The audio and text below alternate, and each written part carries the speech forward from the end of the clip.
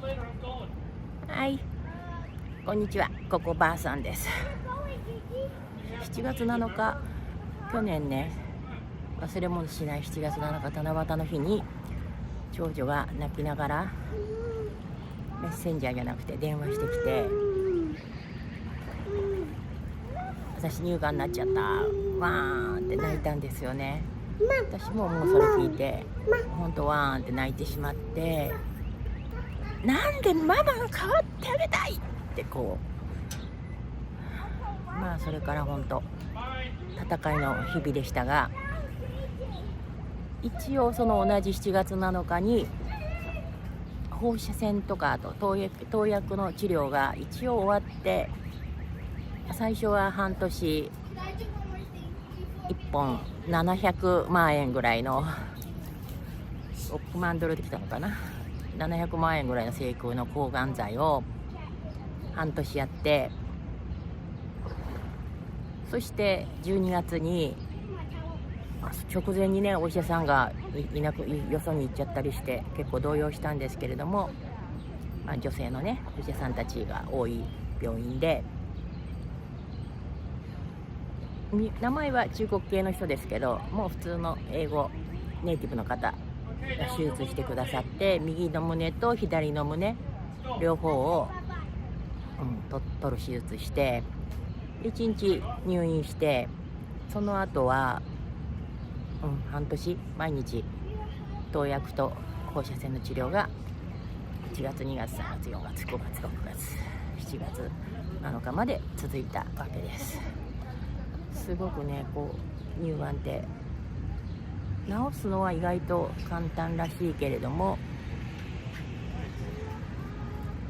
転移が多いっていうから、まだちょっと気が抜けないんですけどね。ロングホーンにステーキを食べに行ってきました。でもうとにかく歴代の大統領皆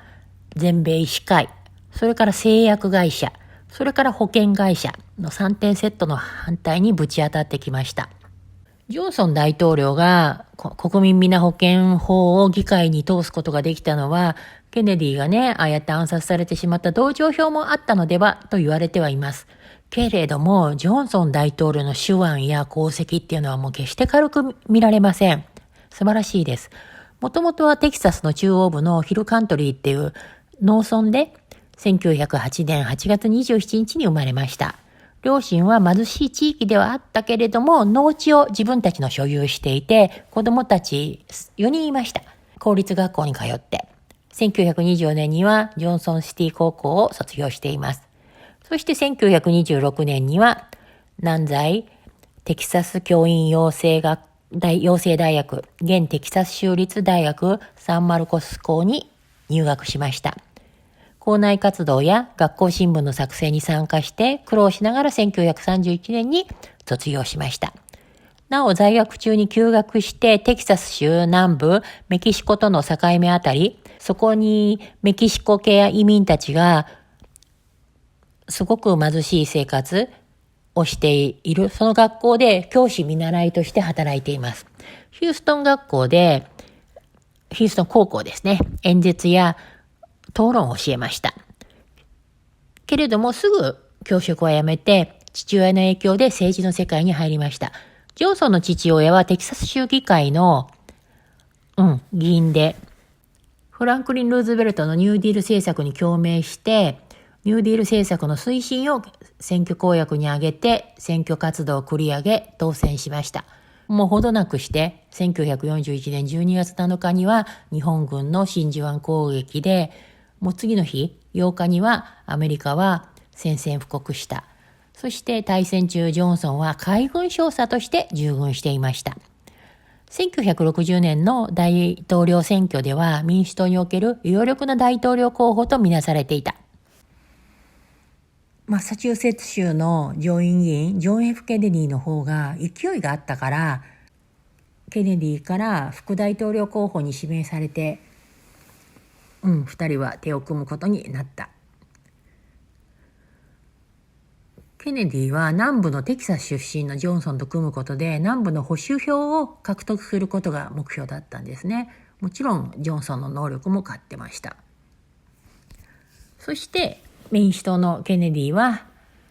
ジョンソンコンビは共和党のニクソン・ロッジコンビを打ち負かしてトルーマン大統領以来8年ぶりに民主党の大統領が誕生したのです。1963年11月21日にジョンソンはケネディに同行して最初のサンアントニオとフォートワースを訪ねた後、翌日ダラスのラブフィールド空港に到着して、ジョンソンの乗った自動車はシークレットサービスの警護車を間に挟んで大統領夫妻の乗った車の2台後から進んでいった。そして12時30分2発の銃弾を受けてケネディ大統領はオープンカーの後部座席で崩れるように倒れてしまった。ジョンソンに怪我はなかった。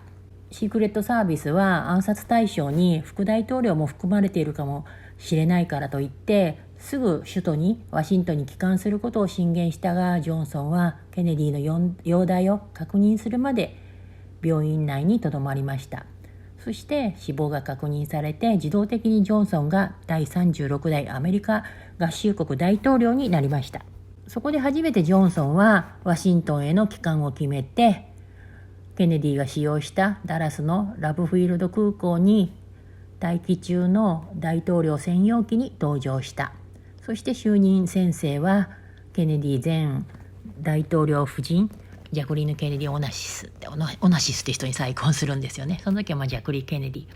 の到着を待ってから行い、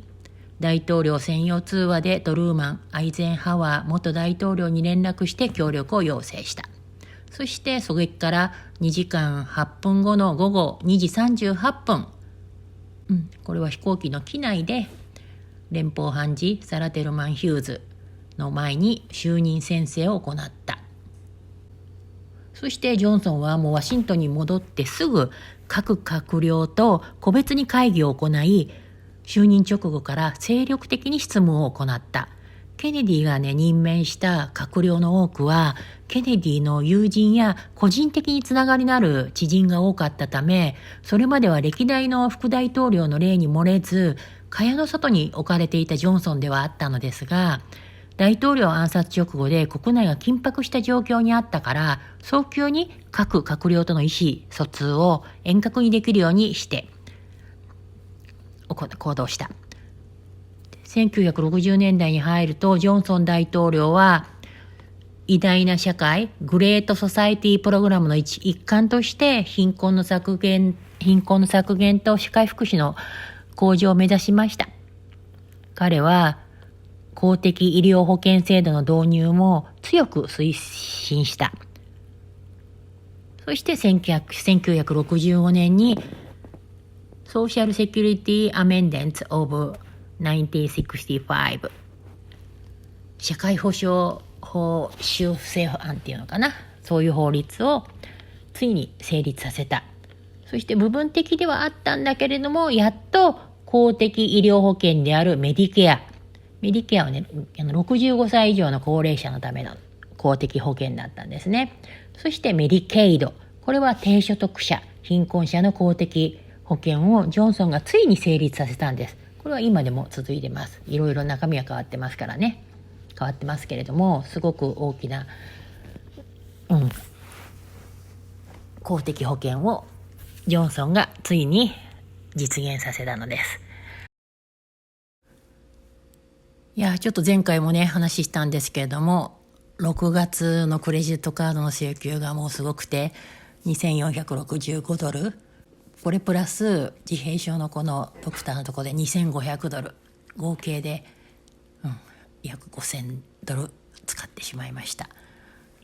明細を見ていくと、テンスケマーケットって、これ日本食スーパーですね。ジュエルオスコもスーパー。そして6月2日からバカラハラスフードニューヨーク、これ高いね、3人で57ドル。ウーバー、これは、タクシーですね。ウーバーは117ドル、37ドル。セブンイレブンニューヨークで、このセブンイレは 42.51 ドル使っちゃいましたね。エンパイアステートビル3人で入場料155.68ドル。すごいですね。ステートグリルニューヨークはこれ106ドル68セント。スターバックスも行ったな。スターバックスだいたい毎月1000ドル台なんですよ。今日も聞いてくださってありがとうございます。